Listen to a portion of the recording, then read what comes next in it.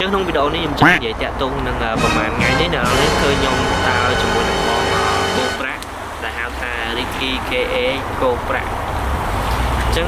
ជាបទពិសោធន៍មួយសម្រាប់ខ្ញុំដែលជា content creator small នៅក្នុងទីក្រុងឡង់បិចនេះមានឱកាសបានថតជាមួយគាត់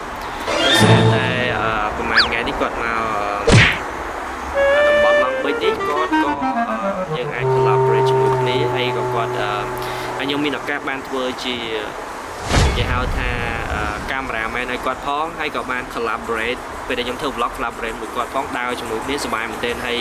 វាជាបទពិសោធន៍ល្អដែរសម្រាប់ខ្ញុំដែលជា small content creator ដើរជាមួយគាត់ជាមួយនឹង big content big influencer ណាហើយវាជាបទពិសោធន៍សម្រាប់ខ្ញុំមួយដែរដែលខ្ញុំរៀនជាច្រើនសម្រាប់ពីគាត់ដែលគាត់ថតរបៀបម៉េចគឺជាបទពិសោធន៍ដ៏ល្អសម្រាប់ខ្ញុំហើយខ្ញុំក៏ shout out ទៅគាត់អរគុណច្រើនបងដែលបានផ្ដល់ឱកាសមួយនេះសម្រាប់ខ្ញុំ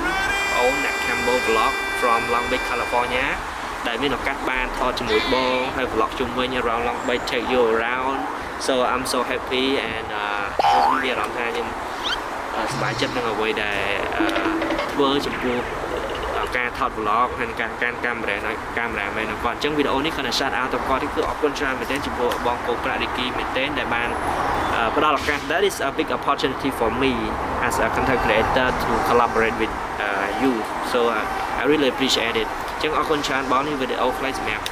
ខ្ញុំ appreciate ចំពោះគាត់ដែលគាត់អនុញ្ញាតឲ្យខ្ញុំបានធ្វើ vlog ជាមួយគាត់អញ្ចឹងអរគុណច្រើនអ្នកនរគ្នាដូចជា like share ផងបាយបាយ